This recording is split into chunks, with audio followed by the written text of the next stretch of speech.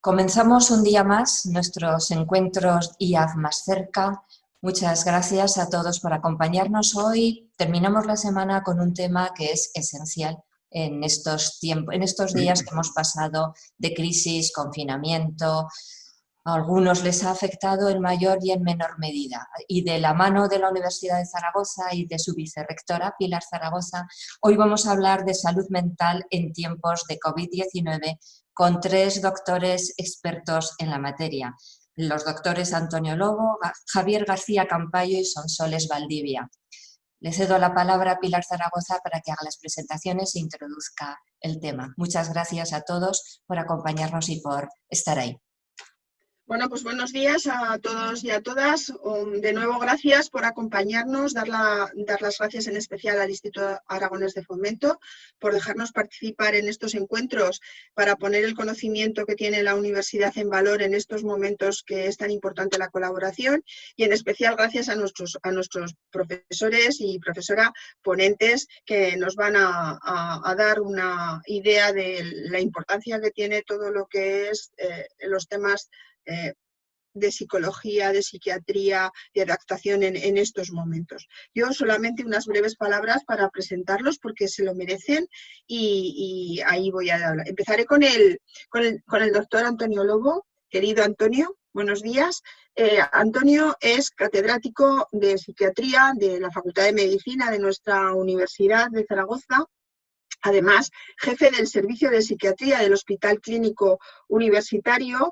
Ahora además tiene un mérito más en su larga carrera y es que es profesor emérito, con lo cual aún hay que darle más las gracias porque a pesar de que podría estar relajado, descansado, pues no, ahí sigue dando el callo, apostando por esta universidad, por esta sociedad, por esta salud y sigue aportándonos cada día más. Muchas gracias por estar ahí. Su formación es excepcional porque bueno, pues en la edad en la que él representa no era tan típico estar haciendo estancias de formación fuera, y él estuvo desde el primer momento en Nueva York, en la Universidad de Cornell, en el Hospital Hopkins, en Baltimore.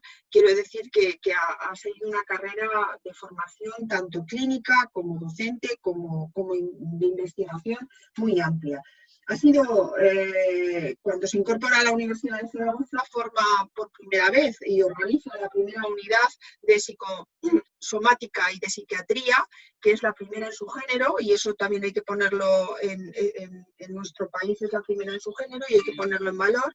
Y tiene una larga, que no voy a decir aquí, tiene una larga currículum investigador, y quiero destacar su labor de formación. Su labor de formación ha dirigido más de 60 tesis doctorales y bueno, siempre relacionadas con estos campos. Aún hoy dirige 2 temas de forma transversal porque colabora de forma muy intensa con este instituto mixto universitario que tenemos dentro del Instituto de Investigación Sanitaria, con el Gobierno de Aragón y con nuestros hospitales, y dirige 2 temas que son muy importantes: la morbilidad psíquica en pacientes médico-quirúrgicos y las demencias y la depresión en los mayores, con un proyecto además que es internacional y que lleva una cohorte, el proyecto Zaramed, que implica muchísima gente. No me voy a alargar más porque aquí tengo más de folio y medio del doctor Antonio Lobo, pero bueno, es una eminencia para nosotros, nuestro respeto, nuestro cariño y muchísimas gracias por estar aquí. El profesor Javier García Campayo, buenos días también. Javier es también psiquiatra del Hospital Universitario Miguel Servet, en este caso, es profesor de la universidad y además es catedrático acreditado en psiquiatría.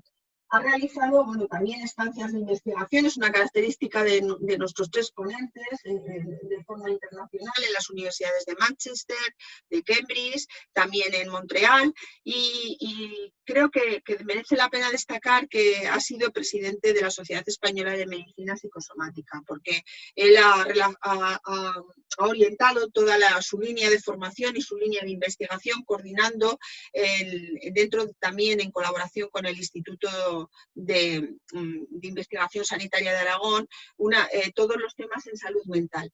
De hecho, tiene muchísimos, más de 200 trabajos publicados, y creo que merece también destacar que pone en marcha un máster de Mindfulness, pionero en la universidad en este género, y bueno, que tiene un éxito tremendo. Sonsoles, hola, buenos días, Sonsoles Valdivia, es también profesora titular de Psicología de la Personalidad y de la Evaluación en Tratamientos Psicológicos de nuestra universidad. También ha tenido una formación internacional fuerte.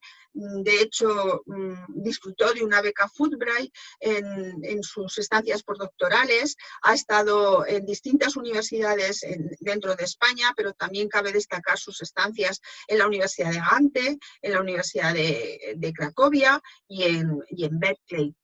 Creo que no me dejo nada. Ella pertenece al Departamento de Psicología y Sociología de la universidad y hace proyectos de investigación, desarrollo y también de transferencia sobre lo que es la regulación emocional, regulación del comportamiento y de los estereotipos. Trabaja mucho también en la relación con los temas de género y bueno, pues es una referente por nuestra parte muy importante. Es responsable como los dos anteriores, son responsables de grupos de investigación en su género, en este caso en grupo de investigación en emoción, regulación y ajuste, y bueno, trabaja en temas relacionados con afectaciones psicológicas, es decir, los tres se implican desde distintos puntos de vista muchísimo entre sí. Y yo creo que lo que tengo que hacer es callarme, porque insisto que el currículum de los tres es excepcional, y que ellos tengan la palabra y hablen. No sé, Pilar,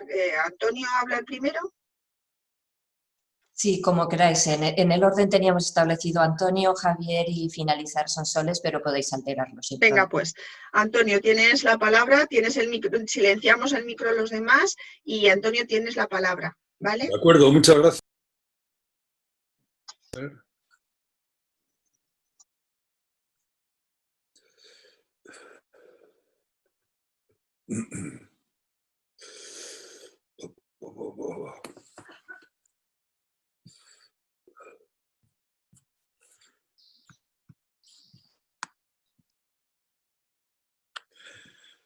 Bien, el título de mi presentación es el que se ve aquí. Intentar contestar a la pregunta si nos debemos preocupar por la salud mental tras la famosa epidemia del coronavirus. Hace unas semanas, en uno de los artículos de la... Perdona, Antonio, perdona. ¿Estás utilizando una presentación? Sí. Es que no se ve en pantalla. Si la puedes compartir, dale al botón de abajo de compartir pantalla, por favor. Sí, claro. Ya lo creo. A ver si se ve ahora. Perfecto. Muy bien. A ver si la centro. Dale a presentación en la parte de abajo y la veremos a pantalla completa y perfecto, ya está. Muy bien, ¿verdad? Perfecto. Gracias, sí, perfecto. Muchas gracias, Pilar. Comentaba que hace unas semanas, en un artículo de la serie de los profesores eméritos, comenté el tema en un artículo en el Heraldo de Aragón, en relación con este mismo tema. Hoy hay que dar un énfasis mayor, lógicamente, a la situación laboral, porque estamos hablando de las empresas. La pandemia ha sido descrita a veces de modo dramático en los medios de comunicación, contagios, alta mortalidad, confinamiento. La epidemia ha tenido un enorme impacto en la vida de las personas en nuestro país. La pregunta es, ¿puede afectarse la salud mental? Bueno, pues la prensa nacional dice que sí. Una encuesta, yo diría muy relevante, del diario ABC, dice: los españoles se sienten cada vez más tristes y deprimidos tras 2 meses de reclusión. Nosotros, desde el punto de vista de la universidad, deberíamos dar un tinte científico al tema. Vamos a ver qué podemos decir. Yo, lógicamente, voy a hablar aquí como psiquiatra. Hay un principio clásico en psiquiatría es que ante una situación amenazadora e imprevisible como la que tenemos ahora, lo normal es tener una reacción de estrés, de malestar, que se vive, como vemos en la diapositiva, dificultades de concentración, ansiedad, insomnio, menor productividad, de interés para la empresa. Durante muchos años, enseñando a los futuros médicos, hablando de la génesis psicosocial, aparte de factores biológicos, los trastornos psíquicos, en contra de abstrusas teorías sobre el tema, los estudiantes siempre han entendido muy bien, esto es lo que le preocupa a la gente: salud, dinero y amor. Y en esta epidemia estamos hablando de una mala salud, estamos hablando de un riesgo de que se afecte la vida laboral y, consecuentemente, la economía, y estamos hablando de individuos que han perdido a un ser querido y, por tanto, saben muy bien lo que es un problema afectivo. Todos estos motivos son suficientes para explicar que la salud mental puede estar afectada.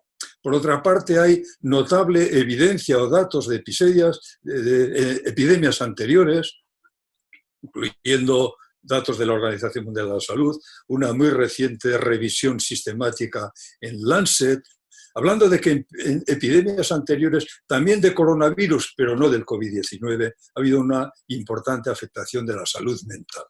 Pero hoy tenemos que hablar de la epidemia actual y qué datos podemos aportar con un enfoque que quiere ser científico. En primer lugar, yo diría que ha habido una impresionante actividad investigadora. Estos datos están accesibles. Si uno va a PubMed, es la más importante base de datos médicos, uno se encuentra nada menos que con 16.000 trabajos sobre el COVID-19 publicados en los últimos meses. 560 de esos trabajos, como se ve abajo, se refieren a la salud mental. O sea que se ha escrito mucho, se ha investigado mucho, en algunas ocasiones hipótesis catastrofistas, no voy a entrar en ello, no estoy de acuerdo, pero puedo hablar de, por ejemplo, un par de estudios que pueden representar lo que se ha investigado estos años. Un estudio es en China, cultura muy distinta. El otro estudio es estudio nacional en Italia, miles de participantes, entrevistados con cuestionarios online. Y no voy a entrar en los detalles porque los datos son similares a los publicados en España. Porque en España se ha publicado un estudio que yo diría que es importante. Unos profesionales de la Complutense de Madrid, yo no les conozco personalmente, he hecho una encuesta online, más de 3.000 personas, test de screening, y aquí ven los datos de lo que hay en este momento en España aproximadamente. Ansiedad, 21%, depresión, 18%, estrés, 15%.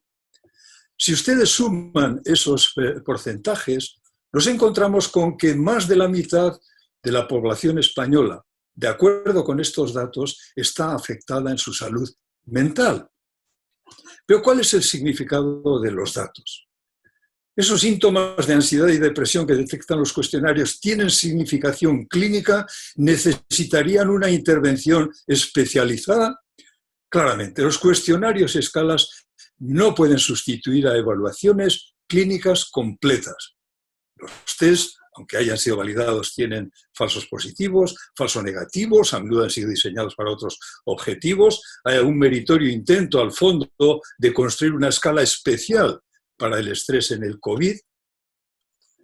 Cuando en psiquiatría se quiere dictaminar un caso clínico, no basta un cuestionario, hay que hacer una cuidadosa entrevista, se utilizan pruebas complementarias cuando se precisa, y no voy a entrar en detalles de cómo se diagnostica una depresión, pero tiene que cumplir una serie de criterios: síndrome depresivo completo, estado de ánimo bajo, duración suficiente, más de 4 síntomas o varios síntomas importantes. El psiquiatra se tiene que convencer de que el paciente está sufriendo ese tipo de trastorno, y lo mismo sucedería para dictaminar que hay un trastorno de estrés postraumático. En mi opinión, la prueba del 9 para hablar de un caso clínico en nuestra disciplina es que haya un malestar emocional suficientemente intenso y duradero, que los pacientes a menudo lo viven corporalmente, se sienten muy enfermos, que limita sus actividades cotidianas y que apenas lo puede controlar. Puede ser motivo de una baja laboral temporal. Otro índice de la posible afectación de la epidemia podría ser por la demanda de atención médica. Yo no tengo datos sobre esto, que yo sepa no se ha investigado, pero he hablado con compañeros de psiquiatría y con médicos de familia. No voy a hablar de psiquiatría porque está aquí Javier García Campayo, que está trabajando en activo, puede darnos su impresión sobre el tema. Sí he hablado con médicos de familia y me dicen que sí se ha notado una mayor demanda, más por ansiedad que por depresión. La gente está preocupada, pero yo les pregunto, bien, ¿y puedes de alguna manera cuantificar esa mayor demanda? Hombre, pues no estamos seguros, pero quizá de cada 10 pacientes que vienen al médico de familia, quizás uno tiene ansiedad. Tienen unos datos aproximados. La epidemia está afectando la salud, pero no en la proporción tremenda que nos dicen esas encuestas a que me refería antes. Los resultados de las encuestas claramente documentan un extenso malestar psíquico, pero necesitan atención especializada. Todos esos individuos, todas esas personas que han detectado los cuestionarios, mi opinión personal es claramente no. Estamos hablando de cerca de la mitad de la población. Podríamos decir que en Zaragoza hay 300.000 personas, la mitad de la población, en necesidad de una atención especializada. Mi opinión es claramente no. Entre ellos hay quienes necesitan esa atención, pero no la gran mayoría. Hay muchos datos sobre factores de riesgo, de afectación a la salud mental, también de protección. Curiosamente, en el estudio español, el bienestar espiritual es el más importante factor de protección. Hay otros factores, el nivel de confianza en los médicos, tener una buena información, la estabilidad económica. Hay muchos datos sobre el tema, podemos hablar después. También hay algún trabajo que habla, de interés para las empresas, de la vuelta al trabajo. De trabajo relevante en China, más de 600 individuos entrevistados, concluye que, contrariamente a las expectativas, hay una baja prevalencia de trastornos psíquicos en la vuelta al trabajo. No hay diferencias entre trabajadores, técnicos, ejecutivos. Eso sí, allí se sentían protegidos por las medidas preventivas. Y es importante decir esto. Los menores síntomas psíquicos se daban cuando había confianza en la empresa, específicamente en una buena organización en términos de medidas de protección y empresas que mostraban interés en los trabajadores. Este es un mensaje para las empresas. También otro estudio señala que los que están trabajando están mejor que los que han dejado de trabajar. Puede empeorar la situación en los próximos meses. Informe del Heraldo de ayer. Una encuesta importante. Cerca del 40% de los españoles ve en riesgo su puesto de trabajo. Esa amenaza se tiene que traducir en ansiedad. Si eso se confirma que se pierde el trabajo, va a venir el luto, la desmoralización, la depresión, y en este sentido lo pongo muy claro ahí, el fundamental papel de las empresas en esta crisis. Crear puestos de trabajo, eso es fundamental, ese será el gran mérito de las empresas que, a pesar de las dificultades, pequeñas o grandes, consigan mantener puestos de trabajo para el personal. Trabajos actuales hablan mucho en la resiliencia, definida como la capacidad de las personas para adaptarse positivamente a situaciones adversas como la actual. Influyen factores innatos, individuales, pero también hay factores familiares, culturales, comunitarios de apoyo. Dos autores de Bries han elaborado sobre el tema.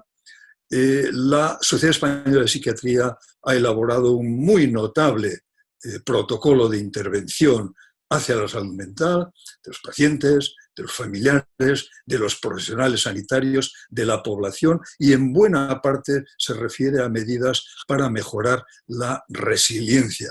Medidas individuales: no mantenerse aislado, mantener el contacto, una rutina diaria, ejercicio físico, nutrición, las medidas de protección, no abusar de las noticias, no estar todo el día colgado de la televisión viendo las desgracias, estrategias antiestrés, Javier nos hablará después sobre el tema, y medidas generales.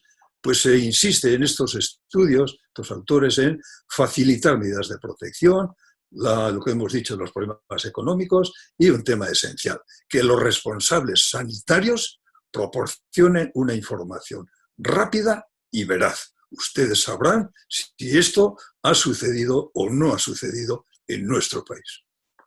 Un mensaje para terminar: los problemas de salud mental son superables. Solo los casos de moderada o grave intensidad necesitarían atención especializada. Yo opino que los médicos, entre ellos los psiquiatras, tienen que emitir mensajes positivos de recuperación, de apoyo, de comprensión para quien lo está pasando mal, pero también de apelar a una activa colaboración para rebelarse contra esta situación y tratar de hacer una vida lo más normal posible. Para la empresa también el mensaje es que probablemente ellos también tienen capacidad de fomentar una cultura que favorezca la resiliencia. Puede colaborar la universidad y el Instituto de Investigación Sanitaria de Aragón con las empresas en este campo. Como ustedes saben, existen ya importantes programas conjuntos de docencia e investigación. Yo creo que también las empresas, si lo desean, pueden investigar en relación con la salud mental. Muchas gracias. Pues muchas gracias, Antonio. Ahora tiene la palabra, según el guión, el doctor Javier García Campayo. Muy bien, pues buenos días y ante todo agradecer a Pilar Zaragoza, a Pilar Molinero, a la Universidad de Zaragoza en general por su amable invitación para estar con ustedes, compartiendo algunas ideas sobre este tema, que es la utilización de mindfulness en las empresas, en las organizaciones, para la prevención del estrés. Cuando hablamos de mindfulness, de la atención, solemos compararlo con el estilo de vida, con el pensamiento actualmente, que podríamos definirlo, resumirlo como el piloto automático. Yo creo que todos nos vemos identificados con el hecho de que estamos corriendo todo el día con sensación de estrés. Cualquier ejemplo podría ser la comida, ¿no? ¿Quién de nosotros podría comer solo comiendo? Aunque estuviese degustando un manjar, sin una televisión, sin hablar con otra persona, sin un móvil o sin leer, el estar continuamente pensando haría que no pudiésemos disfrutar de este proceso. Entonces yo les invito a observar este hecho. Ahora, la mayor parte de ustedes nos están escuchando, supongo que con cierta atención, pero van a ver que por mucha atención que pongan en lo que estamos hablando, es inevitable la existencia del denominado diálogo interno, es decir, una charla continua que mantenemos con nosotros mismos de forma sistemática. Seguro que están pensando, pues tiene razón o no tiene razón, o esas diapositivas, o están pensando en algo del futuro o del pasado. Pues bien, ese diálogo interno continuo, esa charla que mantenemos con nosotros mismos, en mindfulness se considera clave para la sensación o no de bienestar. Esta experiencia diaria seguramente se podría resumir así. Cuando estamos en el trabajo, una buena parte del tiempo estamos pensando en otra cosa, en el descanso, en las vacaciones, en lo que sea. Mientras que, por el contrario, el problema es que cuando también estamos descansando, nuestra mente se va o al trabajo o a otra situación que es diferente de la que estamos. Lo que dicen los estudios es que nuestra mente divaga, es decir, no está en lo que se supone que tiene que estar más de la mitad del tiempo. Yo en plan de broma suelo decir que nuestras empresas tendrían que pagarnos solo la mitad del sueldo, porque el 50% del tiempo nuestra mente está divagando.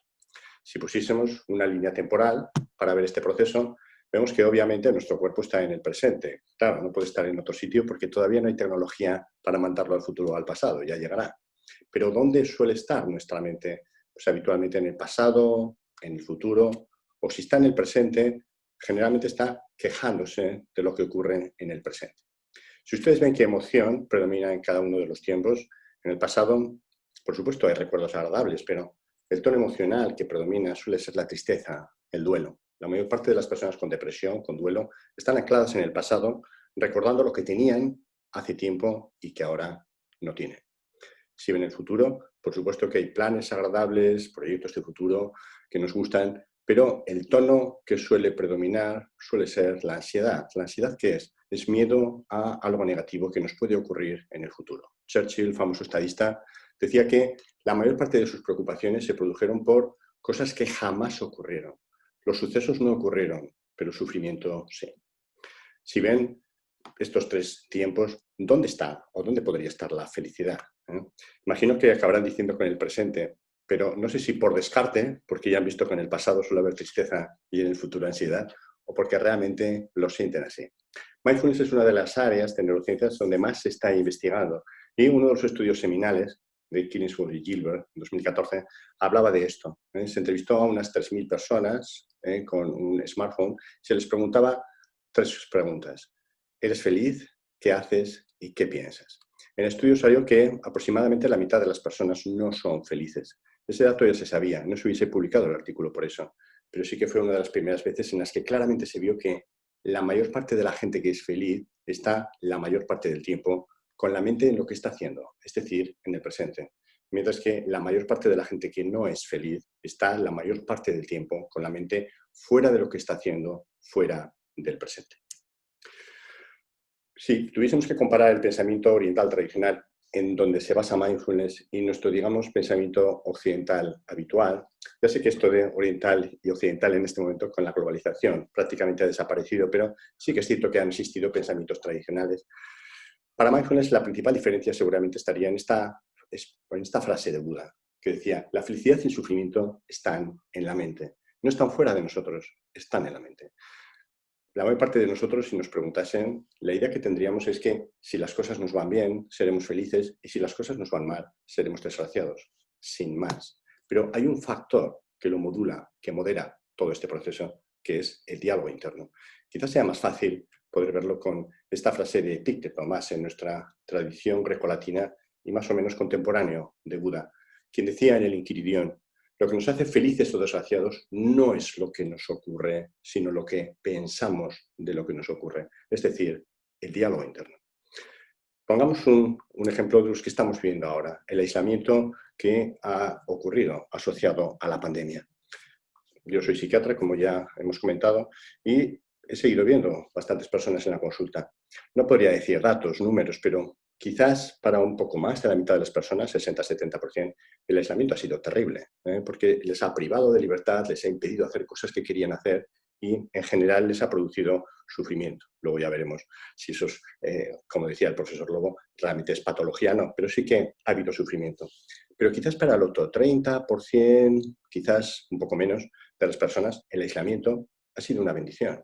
Ellos lo viven como una de las mejores experiencias que han tenido, porque les ha permitido parar, dedicar el tiempo a cosas que eran importantes para ellos, como la familia, como aficiones, etcétera, y sobre todo reconectar con sus valores, ver claramente lo que es importante y a partir de ahí alinear su vida con ese sentido de la vida, con sus valores, con lo que es importante.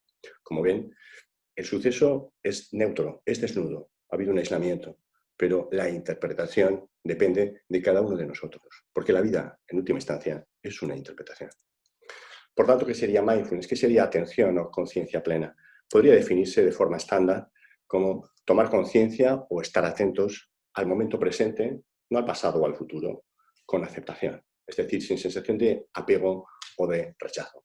Este estado de la mente se asocia a un gran bienestar físico y psicológico y por eso se está utilizando tanto a nivel internacional en diferentes ámbitos. Pero yo quiero resaltarles la importancia de la atención. La atención crea el mundo. Nosotros creamos el mundo continuamente con nuestra atención. Yo ahora puedo estar viendo a 100 personas, pero si miro solo a una de ellas, ¿no? Si miro a Pilar Zaragoza, que la tengo ahí enfrente, todo lo demás desaparece y ella pasa a ser mi mundo. No sé si pueden ver esto. Nosotros creamos el mundo continuamente con nuestra atención.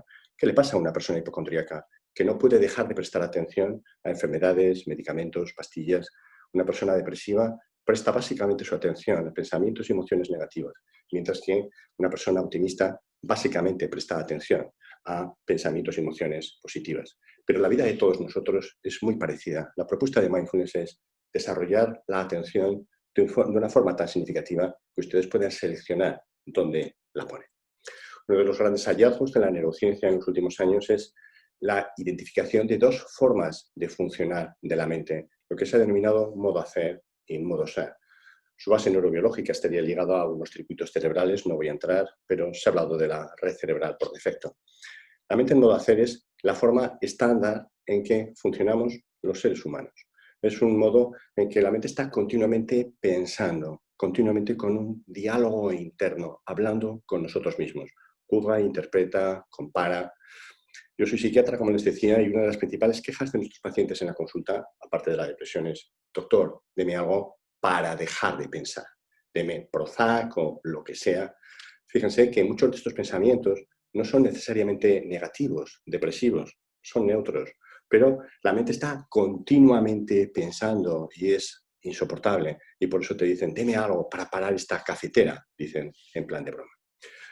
Este estar continuamente pensando hace que sea un proceso automático y de forma sistemática estemos en el pasado o en el futuro, comparando lo que hemos conseguido, buscando lo que nos falta por conseguir y siempre considerando que nuestros pensamientos son reales, no son simplemente un fenómeno mental, sino que son la realidad. Fíjense que el estar hablando con nosotros mismos, continuamente de nosotros mismos, hace que de alguna forma hayamos distorsionado el mundo. Yo siempre digo en los cursos, los seres humanos no vivimos la vida, la pensamos. Pues bien, habría otra forma de funcionar de la mente, una forma que ustedes han experimentado alguna vez. Seguro que si han estado en un paisaje fascinante, en la montaña, en donde sea, por un momento han podido ver todo lo que les rodeaba con una sensación de tridimensionalidad, de viveza tan inefable que se han quedado absortos. Eso les ha durado 1 minuto o 2 y rápidamente han vuelto al estado estándar, a la mente en modo hacer. ¿Por qué ocurría esa experiencia que son destellos de modo ser? Ocurre porque no había diálogo interno, no estaba esa charla que comenta el mundo que de alguna forma tapa la visión de la realidad. Pues bien, el modo ser se caracterizaría por eso, porque apenas hay diálogo interno. Simplemente están con una actitud abierta, alineándose con lo que ocurre en el mundo, abiertos a la experiencia. Y están en el momento presente, porque no hace falta que les diga que el futuro y el pasado no existen. El futuro y el pasado son los pensamientos en el presente sobre el futuro y los pensamientos en el presente sobre el pasado. Pero si casi no hay diálogo interno, ustedes pasan a vivir esa experiencia inefable de estar continuamente en el presente.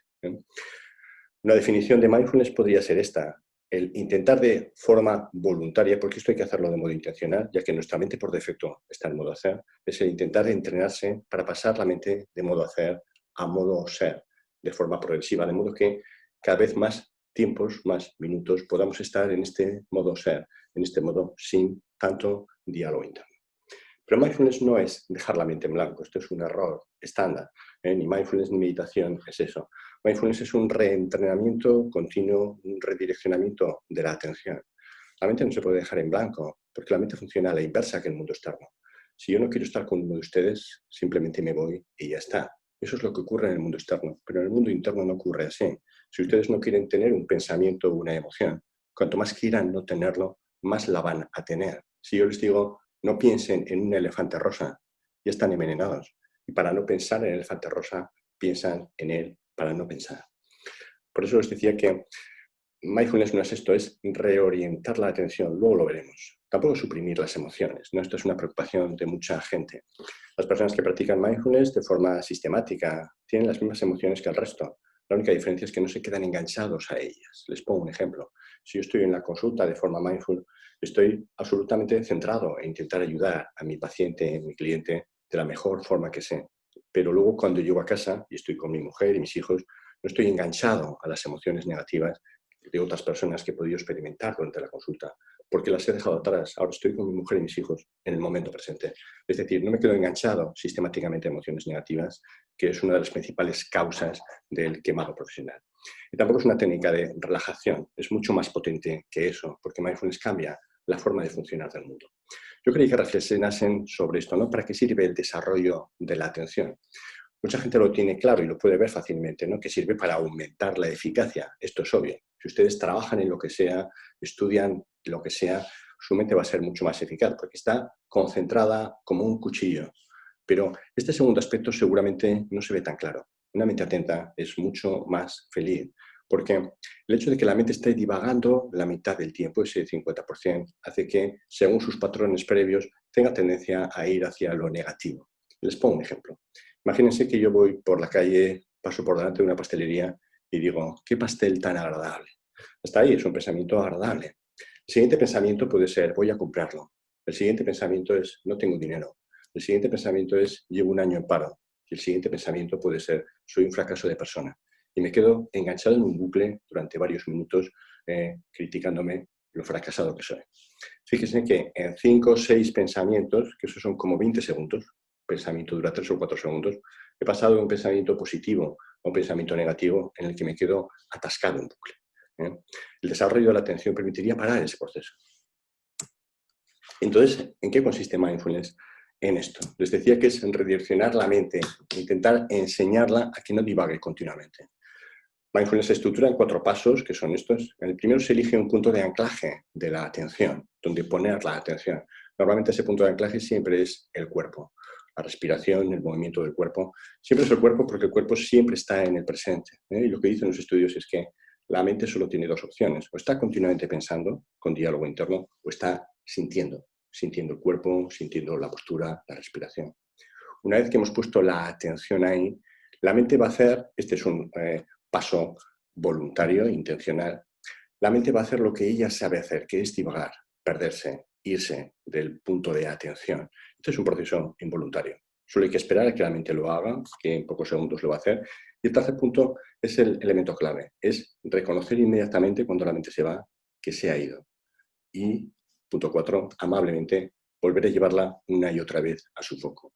Ven que esto no es lo que hacemos habitualmente. Cuando la mente divaga, lo que habitualmente hacemos es perdernos en esa divagación durante varios minutos, con lo cual la mente se entrena a divagar. En mindfulness lo que hacemos es entrenar la mente a que cuando divaga y se va, la recogemos y la llevamos otra vez al foco. Inicialmente puede costar cierto esfuerzo, pero cuando uno lleva unas cuantas semanas, por supuesto, unos cuantos meses haciéndolo, la mente tiende a quedarse en el punto de anclaje. No va a estar divagando tanto y va a tener mucho menos diálogo interno. Hay muchos estudios sobre mindfulness. Fíjense la evolución de la investigación en este campo desde principios de los 80, cuando empiezan los primeros trabajos de Kabat-Zinn en la Universidad de Massachusetts.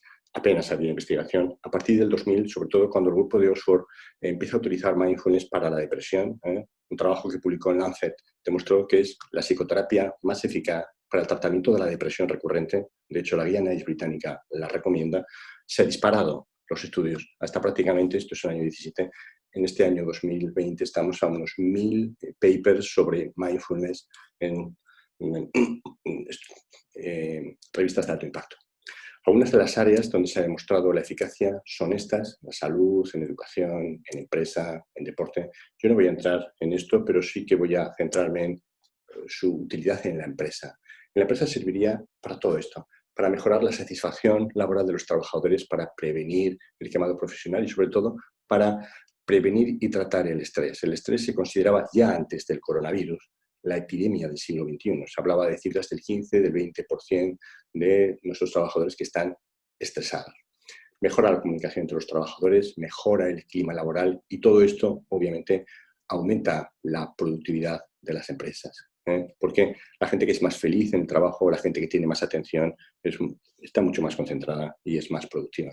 Estos son algunos ejemplos de empresas, no que den cursos de mindfulness, sino que han implicado a mindfulness dentro de la cultura de la empresa. Empresas como estas, antes de realizar cada reunión, quien la dirige dedica 3-5 minutos a hacer una práctica de mindfulness para aumentar el foco de lo que se va a hacer. Yo creo que todos los españoles que trabajamos en organizaciones somos conscientes de la baja eficacia de las organizaciones, de las reuniones en nuestro entorno cultural. Este tipo de organizaciones suele haber una habitación, suele haber un espacio donde la gente puede practicar mindfulness a lo largo del día cuando quiera. Pues se recomienda, por ejemplo, a los trabajadores cada 1 o 2 horas parar un minuto o así, simplemente para reconectar, para volver al foco. Hay muchos deportistas, hablo de otro campo muy conocido, que son declarados practicantes de mindfulness, como nuestro baloncestista Pau Gasol o como el famoso tenista Novak Djokovic, ¿no? Pero quizás el país que más se ha preocupado por este tema es Gran Bretaña. En 2015, el Parlamento británico, en una declaración multipartido, desarrolló este protocolo llamado The Mindful Nation, la nación atenta, donde Gran Bretaña se comprometió al desarrollo de mindfulness en los próximos 15 años. En los campos de la clínica se va a ofertar sistemáticamente mindfulness para la depresión, en el campo de la educación o en el campo de la judicatura. Pero los británicos piensan que si todo el país, toda su juventud, a partir de los 15 años, recibe mindfulness de una forma sistemática en el entorno educativo, el país cambiará. Y nada más, esto es lo que quería comentarles. Muchas gracias. Pues muchas gracias, Javier. Y bueno, pues ahora nos queda nuestra última ponente, Sonsoles. Cuando quieras tienes la palabra. Buenos días. Quería empezar, por supuesto, agradeciendo públicamente la invitación del Instituto Aragonés de Fomento y de la Universidad de Zaragoza por participar en esta oportunidad que tenemos de compartir y de debatir sobre el concepto de salud mental que podamos tener, si es diferente, si es igual, y sobre todo enriquecernos, ¿no?, de las diferentes visiones que vamos a compartir en la mesa y de las visiones que también de las que nos harán partícipes las personas que nos están escuchando. Yo quería usar este tiempo de presentación inicial para hablar del concepto de aceptación psicológica, ¿no? Mi charla se llama así, aceptación psicológica en tiempos de COVID. Y quería utilizar este tiempo porque la aceptación psicológica es un concepto muy controvertido y es confuso, ¿no? Evidentemente, aceptación psicológica no es un concepto técnico. La palabra aceptación está en la calle y la usamos todos. Y el problema es que a veces, necesariamente la aceptación en términos coloquiales significa o tiene esta connotación de conformarse, resignarse, dejar de pelear, por fin dejar de intentar cambiar algo. Y el problema es que cuando hemos trasladado este concepto coloquial de aceptación al mundo de lo psicológico, nos ha llevado a pensar que la aceptación psicológica es conformarme sin quejarme de las condiciones vitales que me han tocado.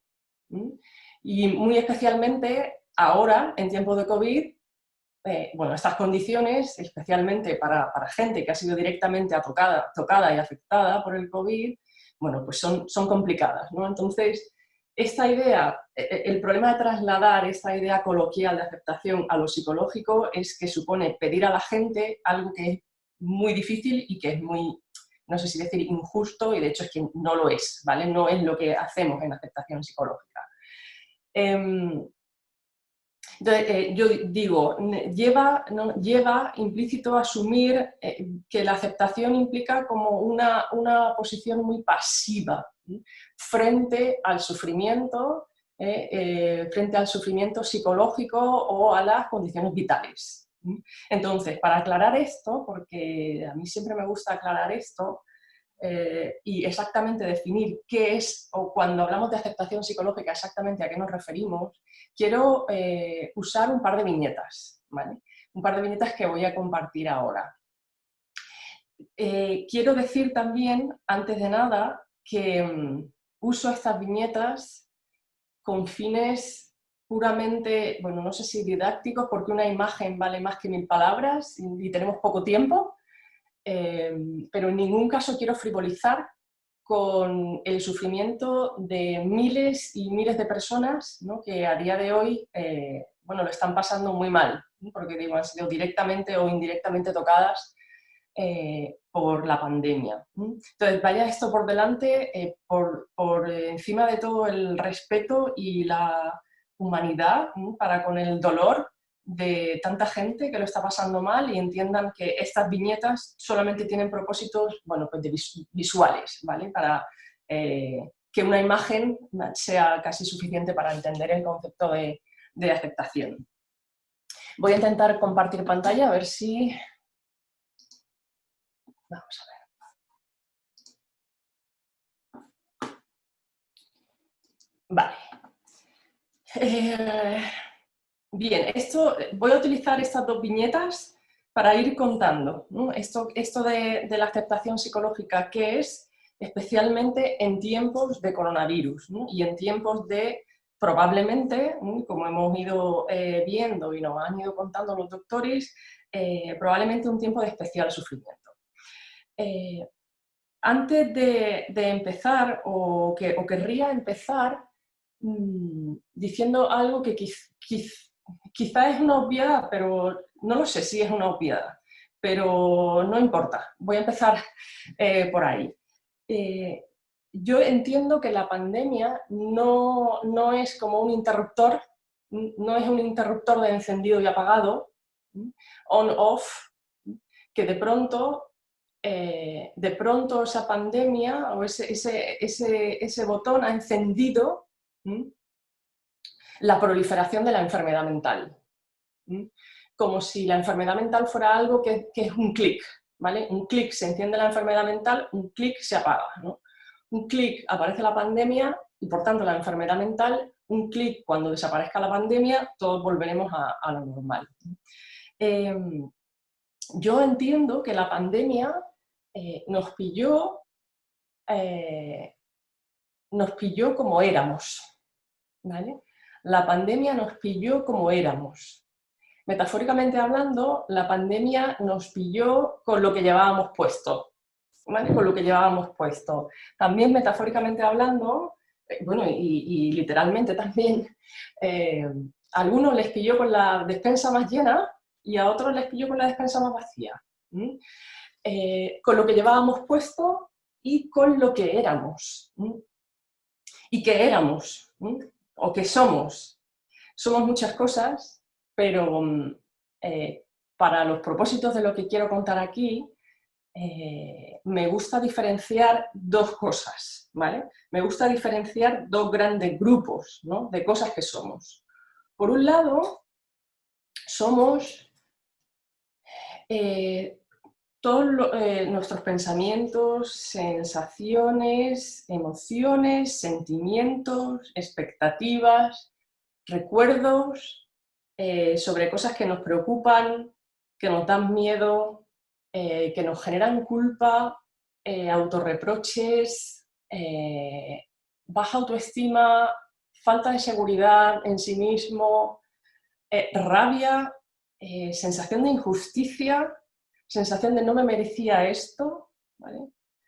Todo eso es una de las cosas que somos, aunque yo lo he querido representar en esta metáfora, que son estas viñetas, como el pack, como los perricos, ¿vale? Si me permiten la expresión. Bueno, el pack que llevamos, unos perros un poco más fuertes, otros más pequeños, unos pelirrojos, otros morenos. Y ese es el pack que siempre nos acompaña y que siempre llevamos donde quiera que estemos, ¿no? Y donde quiera que vayamos, ahí vamos con nuestro pack. Ahí vamos con nuestro pack. Evidentemente el pack de cada uno es diferente porque depende de historia individual y por eso, ¿no? Es diferente. Cada uno lleva su pack, todos llevamos el pack, ¿vale? Y nunca podemos dejarlo en casa. Nunca podemos dejarlo en casa. Yo dejo el perrico de mi vergüenza, la dejo en casa y ya voy, ¿no? Y voy y salgo al mundo sin la vergüenza. No es posible. Donde quiera que vayamos, el pack viene con nosotros. Eso por un lado, ¿vale? Eso por un lado lo que somos. Por otro lado, hay una cosa que tampoco se nos puede olvidar, cuando hablamos de lo que somos y de cómo nos pilló la pandemia a cada uno, o lo que llevábamos puesto. no se nos puede olvidar que hay otra cosa muy importante que es nuestra habilidad para llevar nuestro pack.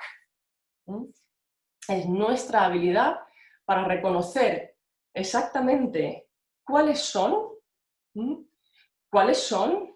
mis perricos, cómo son, cuál es el que suele ser más fuerte, cuál es el que suele tirar más, cuál es el que suele ocupar más espacio y se quiere hacer grande y ocupar frente a otros. Es la habilidad de reconocer cuáles son y de llevarlos. No sé si en estas viñetas que yo he utilizado podríamos representarlo como, bueno, las correas, ¿no? La habilidad para, puesto que vamos siempre yo y mi pack, la habilidad para llevarlo correctamente, ¿no? Y ahora, sin ser metafórica, entiendo que la gente que tenga mascotas, que tenga perros, sabe que esto, bueno, esto de llevar los perros y que no se te vayan de madre es toda una habilidad, ¿verdad? Entonces, teniendo esto en consideración y teniendo en cuenta que somos, por un lado, todo lo que pensamos, todo lo que sentimos, todos nuestros miedos, toda nuestra rabia, toda nuestra frustración y, además, nuestra habilidad para llevar todo eso donde quiera que vayamos, yo entiendo que la pandemia, la irrupción de la pandemia, ha cambiado algunas cosas y no ha cambiado otras. Yo entiendo que la pandemia seguramente ha cambiado un poquito el pack. Ha cambiado un poquito el pack. Y donde antes, bueno, donde antes podíamos tener preocupación, la preocupación habitual por la salud de los nuestros, especialmente si están lejos y viven muy lejos y a muchos kilómetros de distancia, bueno, esa preocupación por estará bien, ¿no? Y cómo puedo yo cuidar, ¿no? Desde lejos. Esa preocupación habitual que siempre llevamos, forma parte de nosotros porque nos importan los nuestros, puede ser que con la pandemia, pues esa preocupación, ese perrico que es la preocupación, se ha fortalecido, se ha hecho mucho más grande, ha ocupado muchísimo más espacio y en términos psicológicos podríamos decir que se puede convertir en un miedo al posible contagio, una obsesión para que mis familiares no entre el virus en casa, que no se contagien, que cuando salen por favor mantengan las distancias. Puede ser una obsesión, puede ser un miedo, una preocupación que antes era habitual y que yo podía llevarla, ahora se hace muchísimo más fuerte y mucho más presente. Además de cambiar el pack, puede ser que la pandemia también haya traído perros nuevos al pack, ¿vale? Y haya elementos nuevos en ese pack. Elementos nuevos pueden ser la incertidumbre por un futuro laboral incierto, puede ser la incertidumbre por un futuro en general incierto, por una salud incierta ya, y seguramente también es un elemento nuevo en el pack que ha irrumpido y que ha llegado con muchísima fuerza y que ha ocupado mucho espacio psicológico, que ocupa mucho nuestra mente. Entonces, seguramente la irrupción de la pandemia ha cambiado el pack, ¿vale? Ha cambiado el pack, lo ha modificado un poco. Puede ser que lo que ya llevábamos lo ha intensificado, lo ha transformado y puede ser que haya introducido elementos nuevos al pack. Lo que no cambia la pandemia, porque no es un clic de enciendo-apago, es nuestra habilidad para mantener la dirección de lo que es importante para nosotros, llevando ahora un pack nuevo. Quiero decir, la habilidad de llevar, de reconocer cuáles son los elementos que ahora me toca llevar y llevarlos yo y dirigirlos yo, eso como habilidad, y por eso lo llamamos habilidad, es algo que se adquiere con la práctica, ¿no? Y es práctica, y es práctica. Práctica de notar como un elemento del pack. ¿Quiere decidir? ¿Quiere decidir por qué calle tiro? ¿Vale? Siguiendo con la metáfora. ¿Quiere decidir por qué calle tiro? Y la habilidad de devolver ese elemento del pack a trabajar conmigo, digamos, a funcionar conmigo y a ir donde yo elijo ir, ¿vale? Donde yo elijo ir. Eso es una habilidad, no es fácil, esa habilidad no es fácil, es una habilidad aprendida, bueno, como toda habilidad, que se tiene que aprender y se tiene que practicar mucho. Y digo, esto es probablemente algo que algo que la pandemia no cambia, porque la pandemia en sí, bueno, no hay elementos que te hagan desarrollar habilidades necesariamente. Entonces, si la pandemia nos pilló, ¿no? Que yo decía, la pandemia nos pilló como éramos. Si la pandemia nos pilló con la habilidad de llevar a nuestro pack, bueno, pues ahora nos encontramos en una situación de un pack que es mucho más rebelde, ¿vale? Es más rebelde. Y hay perros que se me hacen especialmente complicados de llevar, y que tiran mucho de mí, y que ocupan mucho mi día, y que deciden mucho por mí. Pero yo tengo la habilidad, y solamente hace falta practicarla más, ¿vale? Estar mucho más alerta a esa tendencia a que el elemento del pack me quiera llevar por donde yo no quiero ir, pero yo tengo ya esa habilidad. El problema se dará, ¿no? Y estoy de acuerdo con lo que presentaba el doctor Lobo, ¿no? Que seguramente no todo el mundo necesitará atención especializada. El problema se dará si la pandemia te pilló sin esa habilidad, ¿vale? Que vendría representado por la parte superior de la viñeta o la viñeta que está situada en la parte superior, ¿no? Lo que quiero representar aquí es no tener esa habilidad de manejar el pack, ¿no? Cuando no tenemos esa habilidad de manejar el pack, lo que vemos es un comportamiento errático, un comportamiento que no tiene dirección, en el que no hay continuidad, porque la dirección de ese comportamiento no la decido yo, sino la decide el perro que tira en cada momento. De manera que cada día, pues según si hoy tengo muchísima rabia, que la pandemia te pille sin la habilidad de la aceptación o de llevar las riendas, pues manejará tu rabia el día. Y el día consistirá en lo que tu rabia quiera que sea tu día. ¿Vale?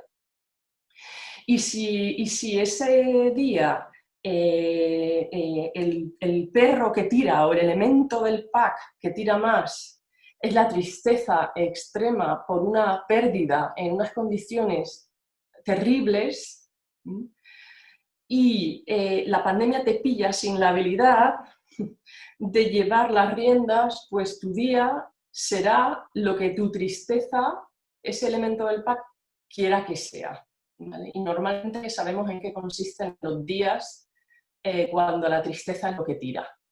Sabemos lo que quiere la tristeza, sabemos hacia dónde nos lleva la tristeza. Nos lleva a la pasividad y nos lleva a la inacción. Entonces, bueno, no sé si justamente lo que vemos en la viñeta de abajo es la habilidad de la aceptación psicológica frente a lo que vemos arriba.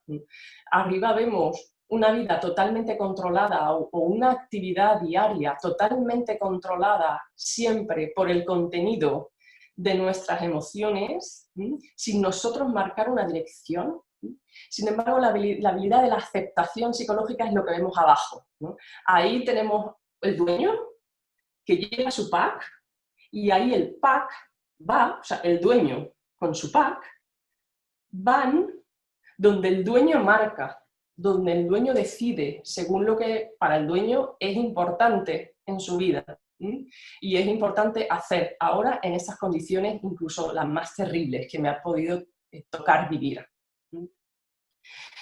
Y ya para terminar, y voy finalizando,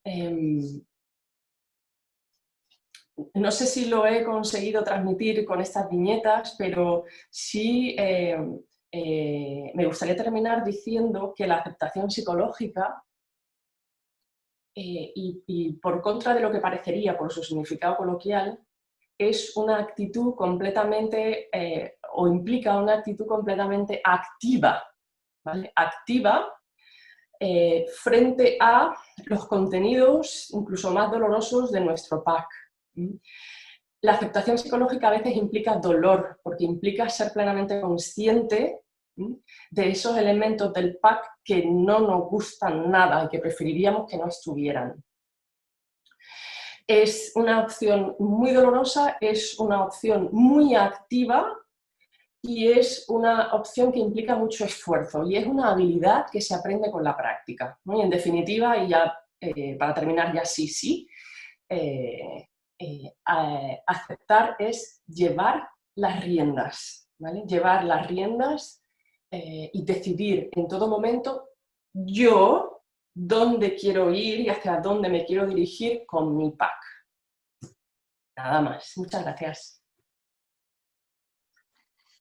Pues muchas gracias, Sonsoles, y creo que ahora la directora del Instituto de Aragonés de Fomento, Pilar Molinero, va a organizar las preguntas que están en el chat, que hay en la zona de preguntas también. Pilar, ¿no? Lo organizas tú y nos lo transmites.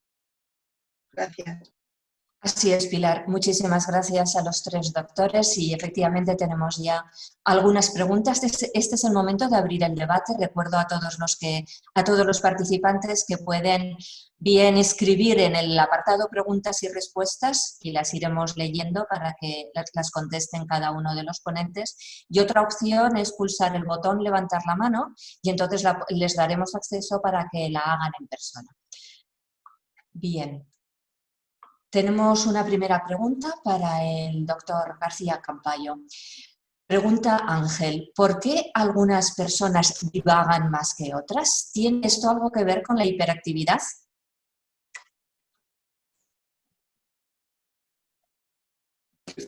Creo que habría varios factores. Lógicamente, si se padece una enfermedad como la hiperactividad, la capacidad de atención está disminuida. Pero más allá de eso, en personas que no tienen una enfermedad, lo que se sabe es que las bases genéticas explicarían hasta un 25%, digamos, de la capacidad de mindfulness.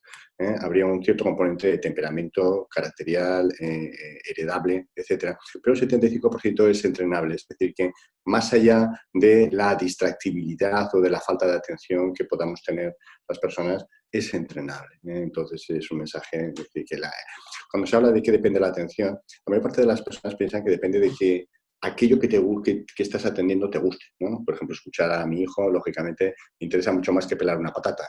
Eso es así, eso puede explicar un 10-15% de la atención, pero el 85% de la atención es entrenable, es entrenamiento puro. Una mente que está entrenada desarrolla la atención donde toque, no hay diferencia. Muchas gracias.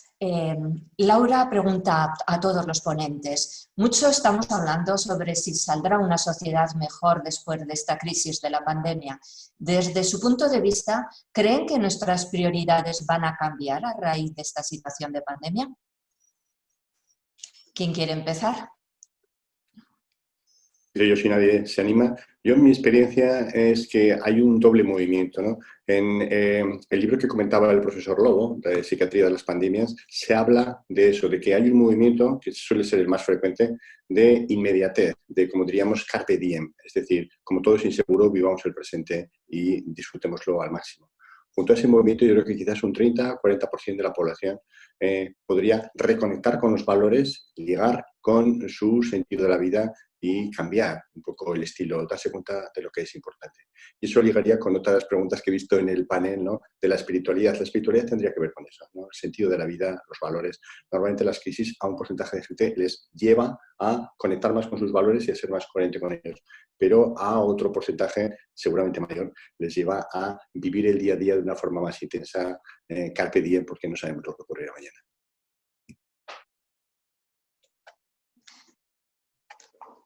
Muy bien. A ver, tenemos una pregunta también de Vivian. ¿Cree que España, el doctor García Campayo, cree que España llegará a formalizar la práctica de mindfulness en las áreas más importantes como la salud, la empresa, la educación, como ya está sucediendo en Reino Unido? Y tanto Reino Unido como los países anglosajones nos llevan una gran ventaja. Por ejemplo, en Estados Unidos o en Gran Bretaña, todas las universidades ofertan de forma sistemática mindfulness, o las grandes universidades tipo Oxford, Cambridge o Harvard tienen departamentos para el desarrollo de mindfulness. Por ejemplo, en el campo de la educación cada vez es más así, ¿no? Más de 1000 institutos, colegios en España ya están ofertando de forma sistemática mindfulness. Se calcula que en España casi un 10-15% de las empresas están de alguna manera haciendo alguna actividad relacionada con mindfulness.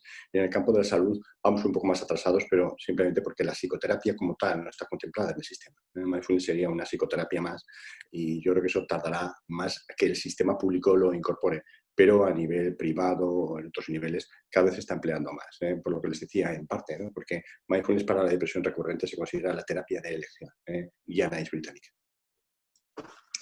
Muchas gracias. También Marta nos pregunta sobre, dice, la pandemia ha cambiado nuestra forma de relacionarnos en el ámbito laboral. ¿Cómo creen que va a afectar a las relaciones entre compañeros de trabajo, con los clientes? ¿Va a influir esta situación de pandemia? Es una pregunta para cualquiera de ustedes. Bueno, parece una pregunta muy psicológica, pero por la experiencia personal y por mi intuición, yo pienso que la gente en buena parte se solidariza con quien lo está pasando mal, comparten problemas, esta es una situación de crisis, y a pesar de que en la sociedad en general no necesariamente haya un clima de concordia, pero a nivel de compañeros yo creo que va a aumentar, por lo menos temporalmente, la solidaridad ante el peligro, ante el malestar. Yo también quería decir y también enganchar con la pregunta anterior que nos han lanzado los tres ponentes, que seguramente, y un poco por seguir con la línea, ¿no?, de mi exposición, cuando nos encontremos con otros, se va a mover más, se va a activar el elemento de nuestro pack que tiene que ver con el miedo otra vez al posible contagio, con el lo estaré haciendo bien, la otra persona lo está haciendo bien, estamos respetando mutuamente, pero esto es de verdad o esto que nos están contando es mentira, se van a activar muchos elementos, ¿no? Y otra vez yo creo que nos afecte o no a cómo nos relacionamos con otros, pues también va a depender de qué habilidad tengamos nosotros para notar ese miedo, y llevarlo con nosotros mientras nos relacionamos de la manera que ahora mismo es más útil, más beneficiosa para todos.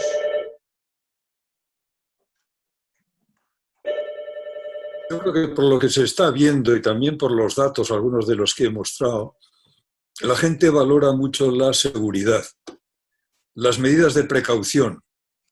Yo pienso que si en una empresa o en cualquier lugar se observa que alguien no está siguiendo unas normas mínimas de precaución, eso va a crear tensión. Y estamos viendo que en algunos casos están llamando la atención a gente por la calle. Si las cosas van bien, habrá solidaridad, pero si se observa que alguien se sale mucho de la norma y pone lo que ellos consideran en riesgo, puede que eso pudiera crear tensiones. Bien. Muchas gracias. Hay una pregunta de Amparo para la doctora Valdivia. ¿Se puede activar la aceptación psicológica no por sí mismo, sino desde fuera?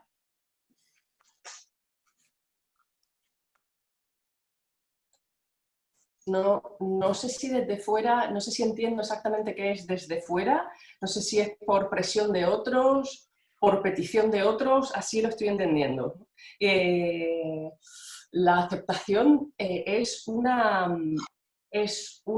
manera de estar que uno elige, ¿vale? Es una manera de estar que uno elige. Si volvemos a la metáfora del pack, aceptar es llevar las riendas. Y no aceptar es dejarte arrastrar completamente por el contenido, ¿no?, de tu pack. Evidentemente, para que una persona decida ejercer habilitarse, ejercitarse en la aceptación. Evidentemente esto tiene que ser una decisión personal y que tenga que ver con los costes que yo observo en mi vida por dejarme siempre arrastrar por. Entonces, la aceptación como una habilidad que uno aprende difícilmente puede ser algo obligado o que venga de fuera, ¿no? Tiene que ser resultado de un ejercicio de darte cuenta de que dejarte arrastrar al final te está haciendo estar en un sitio en el que tú no quieres estar.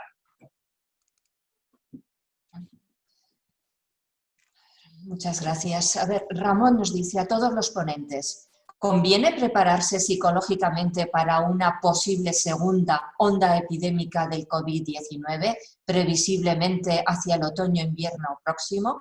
¿Pueden indicar algunas pautas para lograr un equilibrio entre la previsión razonable de esa posibilidad y no agobiarse pensando en ello excesivamente?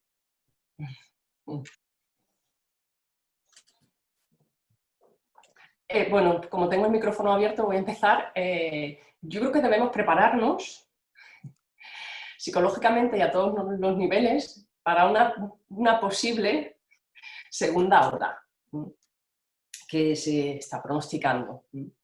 Y prepararse psicológicamente pues implica fortalecer brazos, fortalecer los brazos, para que seguramente eso que se va a convertir en obsesión, y a lo mejor es difícil que no se convierta en obsesión, pero que eso que se convierta en obsesión, yo decía cómo la pandemia cambia el pack, que no te arrastre y que no te haga ir por sitios con los que tú no te identificas. Tú no quieres ser una persona obsesiva, ni quieres estar encerrado todo el día, ni quieres, o sea, quiero decir, siempre dentro del respeto a las recomendaciones sanitarias, ¿no? Entonces, bueno, no lo sé, yo no sé si es cuestión de negarse a la posibilidad de que haya obsesiones, y más, seguramente es una cuestión más de fortalecer los brazos para poder llevar yo bien la correa.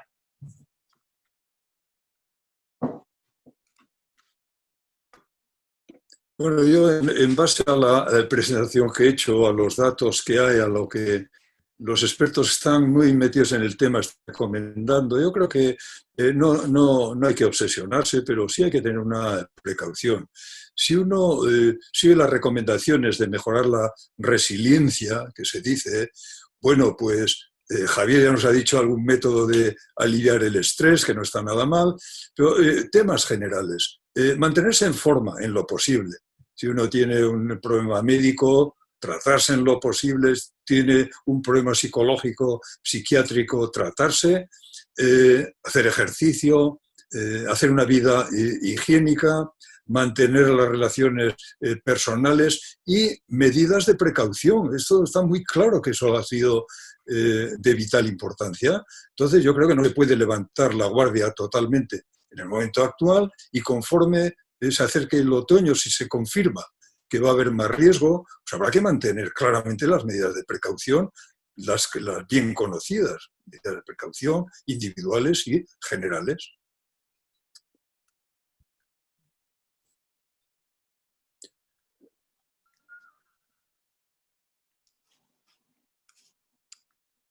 Sí, yo estoy de acuerdo con lo anterior, no tengo nada más que añadir. Solamente una cosa, Pilar, antes de que hagas otra pregunta. A los ponentes podéis contestar por las preguntas o por el chat algunas cuestiones si las veis que van dirigidas a vosotros. Lo digo porque a lo mejor presencialmente no podremos contestar a todo el mundo. Lo digo simplemente porque lo sepáis. Vale, gracias. Sí, muchas gracias. Otra pregunta. ¿Hasta qué punto creen que es adecuado dejarse llevar por un momento de tristeza? Por ejemplo, hoy entiendo que estoy triste, necesito descansar, quedarme en casa, no interactuar para resetear. Quizá esto complique que después pueda volver a atar a mi perro.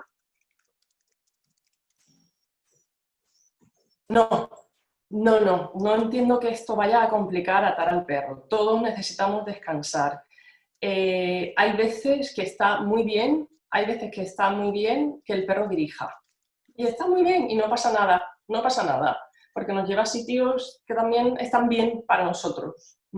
El problema es cuando sistemáticamente lo único que yo sé hacer es dejar de arrastrar, ¿vale? Entonces, no pasa nada por descansar un día, no pasa nada por llorar extensamente, ¿vale? No pasa nada por un día, dos, estamos viendo duelos muy complicados, procesos de duelo muy complicados, no pasa nada, forma parte del proceso de reconocer a nuestro elemento del pack, forma parte del proceso llorarlo y parar y cuidarlo, ¿vale? Cuidarlo, hay veces que los elementos del pack necesitan ser cuidados. Entonces no pasa nada, no diría que hay ningún riesgo. Otra cosa es que observemos que día tras día pasan los meses y yo lo único que puedo hacer es estar encerrada, obsesionada y llorando, ¿vale? Gracias. Otra pregunta para el doctor Javier García Campayo.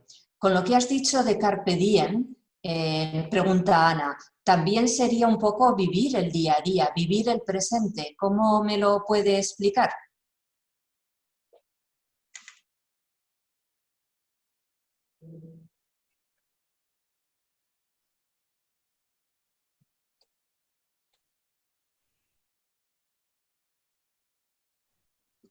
Javier está silenciado. Sí, Activa el micro. que estaba contestando en el chat eso. No se puede vivir en el presente de dos formas distintas que son las mismas con las que puede reaccionar a esta pandemia, a este aislamiento, etc. Es decir, tendiendo más hacia el hedonismo, hacia lo que me gusta y buscarlo con mayor, digamos, ansiedad y deseo, lo que en general va a producir un mayor sufrimiento a medio o largo plazo. O la propuesta que se plantea desde mindfulness, desde las terapias de tercera generación en general, es conectar con el sentido de la vida, con nuestros valores.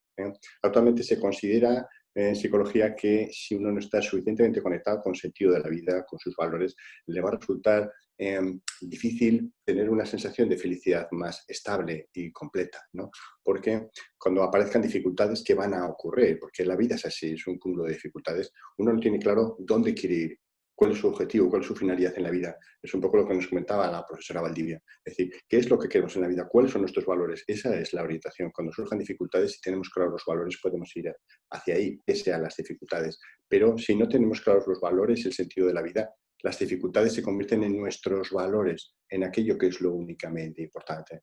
Entonces, efectivamente, se puede estar en el presente, pero con dos orientaciones, ¿no? Basado en el sentido de la vida o basado en la búsqueda hedonista del placer, ¿eh? Esa sería la diferencia. Y por eso también, contestando a otros dos panelistas, esa es la conexión con lo espiritual, ¿no? El sentido de la vida, los valores. Muchas gracias. Otra pregunta de Sonia a todos los panelistas. ¿Estaría relacionada la inteligencia emocional con el nivel cultural, directa o indirectamente?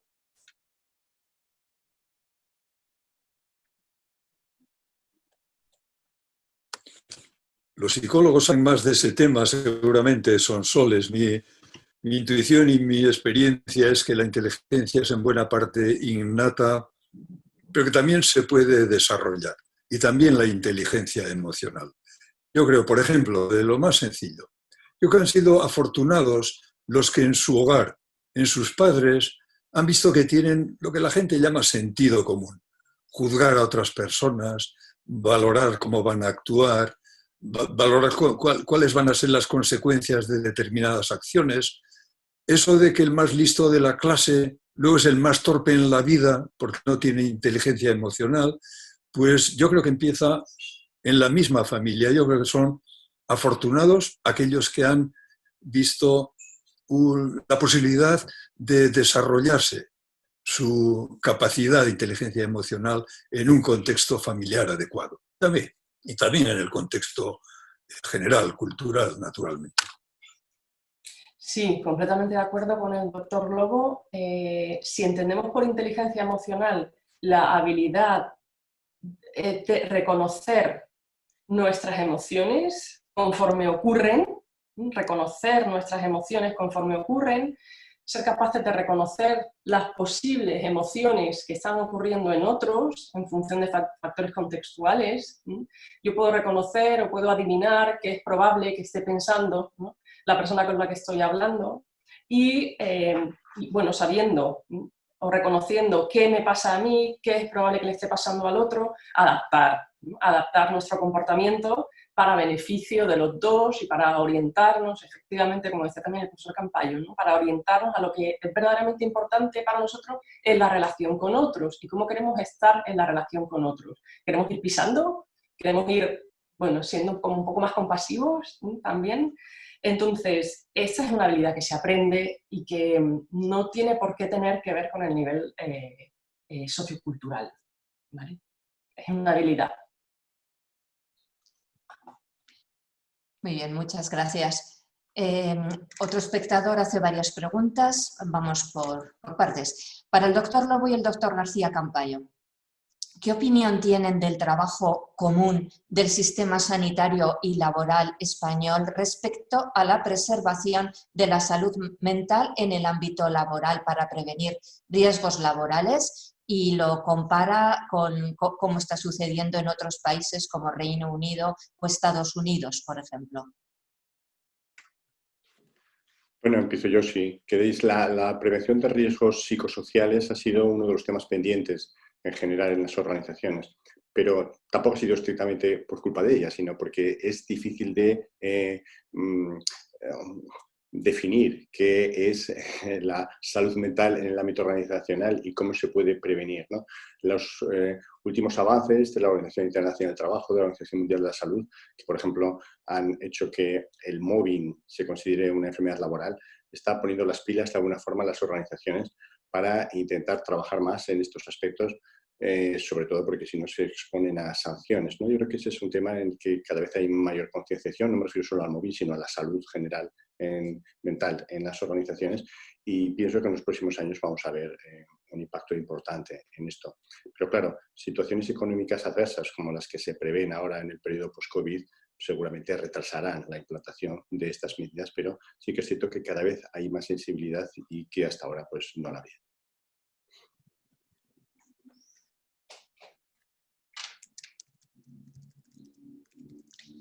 Bien, la segunda parte de la pregunta es en relación a la salud de los profesionales sanitarios.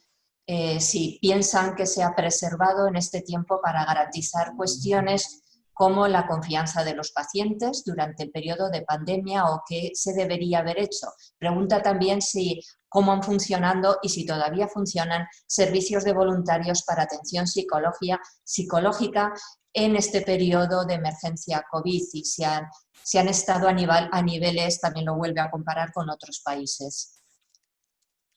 Bueno, pues en relación con la primera parte, cómo se ha preservado la salud de los profesionales sanitarios. Sencillamente horrible, impresentable. Sobre todo, vamos a evitar aquí localmente a nivel nacional.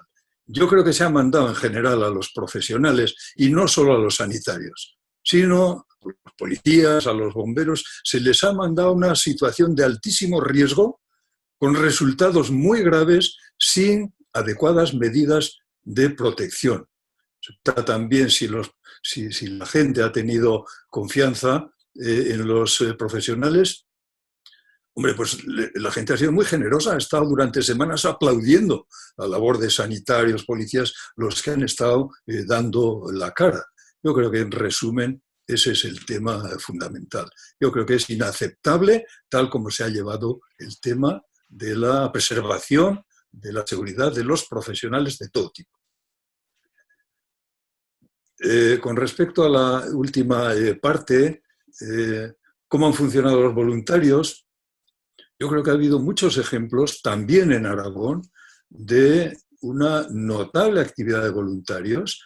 Tanto voluntarios civiles como profesionales se han expuesto a situaciones de riesgo, han trabajado mucho más de lo que les exige su contrato. Yo creo que se han portado tremendamente bien en Aragón y en muchos hospitales y en muchos sitios de nuestro país. Yo dudo que en otros países hayan mejorado esa situación, pero no tengo información. Bueno, yo conozco que el Colegio Profesional de Psicólogos de la Psicología sí habilitó un teléfono de ayuda llevado por profesionales y por voluntarios, psicólogos, profesionales de la salud mental, y yo asumo que eso sigue todavía en funcionamiento. No sé si era una pregunta directa para saber si existe esa asistencia psicológica todavía, pero sí la ha habido. Sí, lo mismo, ¿no? Yo creo que muchos profesionales nos han pedido y hemos participado desde en apps que eran descargables por móvil hasta muchas iniciativas. Lo que pasa es que muchas veces atomizadas, solo de instituciones pequeñas, de hospitales, etcétera, recomendando guías para prevenir el estrés en profesionales, ¿no? Entonces ha habido mucha actividad, pero seguramente poco organizada, poco estructurada, que dependía más de que cada profesional contactase con alguna de estas organizaciones que ofrecían esas actividades, esos programas de prevención. Ha habido mucho, en mi opinión, pero poco organizado. Muchas gracias. Otra pregunta de Raquel. ¿Cómo valoráis el uso de herramientas digitales, WhatsApp, Zoom, Skype, Teams, para gestionar el duelo, la tristeza, el miedo, la rabia? Si no se puede tener un rato cercano, ¿qué palabras serían importantes? A ver, a mí me parece que en ausencia de contacto directo me parece una opción muy necesaria, muy útil y seguramente, no sé si es una cuestión de cuáles son las palabras, no sé si hay palabras mágicas. Cuando digo no sé, es que creo que no hay palabras mágicas. Creo que en una situación de duelo se necesita un oído que escuche sin miedo a lo que va a escuchar, digamos. A veces es difícil compartir con familiares y con personas cercanas, compartir el dolor con ellos, porque uno quiere hacerse el fuerte a veces, ¿no? Porque le toca ser el fuerte. Entonces a veces solamente se necesita un oído que me escuche y que no tenga miedo de lo que voy a decir. Y que no pasa nada, porque no pasa nada por decir esas cosas.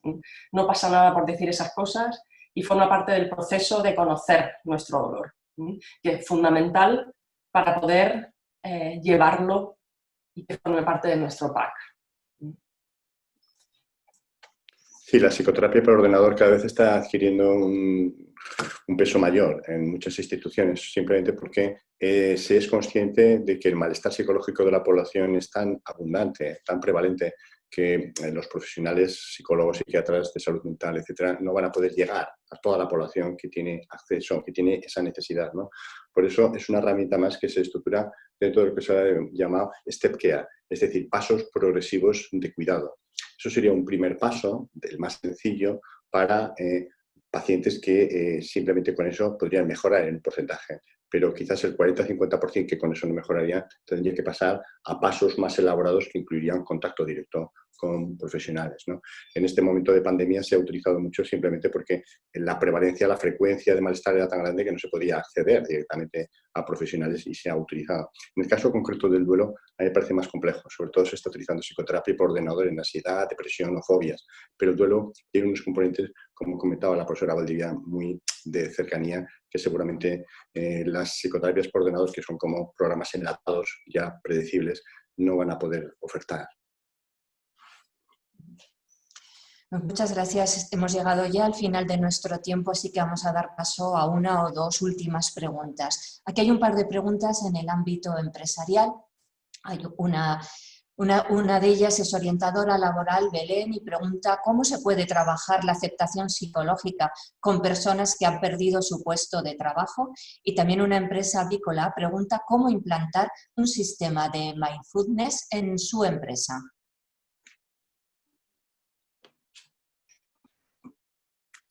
¿Cómo podemos... perdón. Sigue, Sonsoles. ¿Cómo podemos fomentar la aceptación psicológica en personas que han perdido su puesto de trabajo? Perder el puesto de trabajo no es un problema psicológico, es un problema económico y social. Perder el puesto de trabajo no es un problema psicológico, pero evidentemente hay muchas maneras de estar ante la pérdida de trabajo. Hay muchas maneras de estar ante la pérdida de trabajo. se puede estar sumido en la preocupación normal, ¿vale? En la preocupación normal de perder el trabajo, y estar sumido, quiero decir, estar todo el día en la preocupación sin hacer nada más. Y aceptación psicológica en este caso será, evidentemente, reconocer tu preocupación, reconocer tu angustia, reconocer la situación complicada que se te viene encima y con ello seguir haciendo todo lo que sea en tu mano por recuperar, ¿vale? Por recuperar, por buscar recursos, por buscar maneras, ¿no? Recuerden, y quiero insistir en esto, la aceptación es una posición muy activa y muy de hacer y muy proactiva, llevando el pack, ¿vale? El pack terrible de la incertidumbre, del miedo, de la preocupación y de la angustia que supone una pérdida de trabajo. Sí, con respecto a la segunda pregunta que comentaban, cómo incorporar un sistema de mindfulness en las organizaciones, en las empresas, hay muchos modelos, es algo que se hace de forma muy estándar, ¿no? Normalmente eso se negocia, se habla con recursos humanos, con la dirección de la empresa, de la organización, y se plantea, ¿no?, un formato progresivo en el que se informa a los trabajadores, se decide en qué áreas se va a realizar y se hace unos programas de formación, primero simplemente para que los trabajadores puedan realizar esa práctica, pero posiblemente lo que se hace es formar lo que se llama a entrenadores dentro de la propia institución para que ellos vayan siguiendo todo este proceso y en 1 o 2 años, de forma individual, sin que nadie externo a la empresa tenga que intervenir, se pueda estructurar este programa y afecte lo que es la cultura de la empresa, ¿eh? Lógicamente hay espacios donde se puede practicar, hay, en fin, una serie de actividades que se ofertan de forma sistemática, pero hay programas muy estructurados. Con respecto a la visión psiquiátrica, alguien que ha perdido el puesto de trabajo es una situación concreta de un problema real, muy duro, tremendo. Si llega ese paciente a psiquiatría, primero, naturalmente hay que comprender su dolor, su pena, como decía Sonsoles, tiene que tener un apoyo sin condiciones en la primera visita y temporalmente, y todo lo duradera que haga falta. En segundo lugar, ese señor, señora, seguro que daría positivo en estos test de malestar psicológico. La postura del psiquiatra sería, el malestar psicológico es de suficiente intensidad para considerar que es un caso clínico que necesita una intervención. Si necesita esa intervención, hay que diagnosticar el problema y poner el tratamiento en consecuencia. En cualquiera de los casos el problema es muy real, la pérdida de trabajo. Normalmente en los equipos de psiquiatría hay trabajo social, hay expertos que pueden ayudar en la búsqueda de alternativas. Evidentemente no va a ser fácil, pero el equipo en completo tiene que transmitir muy claramente al paciente que allí tiene un lugar de apoyo en condiciones, pase lo que pase. Y luego, pues, confiar en que pueda haber alguna solución real a ese problema que es sencillamente tremendo. Bien, y vamos ya con la última de la pregunta. La verdad es que es imposible pasar todas, siento no, porque el tiempo se nos echa encima, pero varias de las preguntas hacen referencia a estos pensamientos reiterantes, rumiantes, a la cafetera, y preguntan qué se puede hacer para que estos pensamientos dejen de acosarnos. El mecanismo habitual que suele utilizar el ser humano es la distracción. Es decir, yo tengo una preocupación rumiante y lo que suelo hacer es quizás ver un programa de televisión, por ejemplo, hablar con otra persona, intentando de otro tema. Es decir, la distracción suele ser el mecanismo habitual, ¿eh? Pero lo que se plantea desde mindfulness, por ejemplo, es el entrenamiento. Lo que pasa es que no es algo que si yo no me entreno, cuando llega la rumiación pueda desconectarme de la rumiación. El ejemplo de mindfulness es muy parecido al ejercicio físico. Es decir, ¿quién sin entrenarse podría correr una maratón? Simplemente es imposible, ¿no? Intentar deshacerse, no quedarse enganchada a una preocupación muy recurrente sería como correr la maratón. Ese es el resultado final que se consigue cuando uno lleva cierto tiempo entrenando, algunas semanas por lo menos. Entonces, cuando viene una preocupación es más capaz de dejarlo pasar, pero sin entrenamiento no podrá lograrlo. Pues muchísimas gracias, está claro, por el número de personas, más de 100, 130 en algún momento hemos tenido conectadas, por el volumen de preguntas, tanto generales como particulares que ha habido en el chat que este es un tema de auténtica actualidad y muy necesario. Muchas gracias a la universidad por proponernos y por traernos a estos 3 ponentes de la talla de los doctores Lobo, García Campayo y la doctora Valdivia. Alguno también en el chat ha preguntado si ha perdido parte de la exposición. Recordarles que esta tarde lo tendrán colgado en la página web aragonempresa.com o en la página web del IAF. Y por mi parte nada más. Si quieren despedirse o decir algo, nos vemos en una próxima edición de IAF Más Cerca. Pues muchas gracias por la invitación. Muchísimas gracias. Pilar, muchas gracias. Nada, a vosotros, como siempre, pues un éxito. 132 he mirado yo en algún momento que estaban conectados, o sea que genial, y están manteniéndose hasta el último momento a pesar de lo largo que ha sido, lo que significa que era de gran interés, como dice. Pues nada, agradeceroslo a los 3, agradecer a Pilar y a Jesús por estar allí colaborando. Y bueno, pues un poco lo decía en el chat, a todos los que nos oís y a la sociedad en general, que tenéis una universidad para contar con ella, que es una universidad generalista y tenemos especialistas en muchos campos, y que nuestro interés es que el conocimiento que se tiene llegue a la sociedad, y por lo tanto, bueno, pues buscarnos y os buscamos, y ahí encontraremos esos puntos de unión que tanto nos interesan, porque apostar por el conocimiento es apostar por una sociedad de éxito, y ahora con el COVID nos lo está demostrando más que nunca. Dar un poco de paciencia a la sociedad y respeto para que se mantengan estas normas, y que todo el esfuerzo que todos hemos hecho en este encierro, especialmente todos los profesionales que nos han ayudado, los sanitarios, como decía antes Antonio, y todos los profesionales de nuestras fuerzas, de la limpieza, de los bomberos, pues que han estado allí, que muchas veces, como decía Antonio, sin las medidas necesarias, pero claro, tenían que estar las residencias porque había que curar, pues no lo echemos por la borda, seamos responsables, fomentemos esa conciencia ciudadana, y a nuestros políticos recordarles siempre que la apuesta por la ciencia y por el conocimiento da soluciones y ayuda y hace otra sociedad posible. Eso es lo que quería yo decir. Gracias. Muchas gracias, un placer. Muchas gracias. Hasta la próxima. Muchas gracias a todos. Hasta pronto.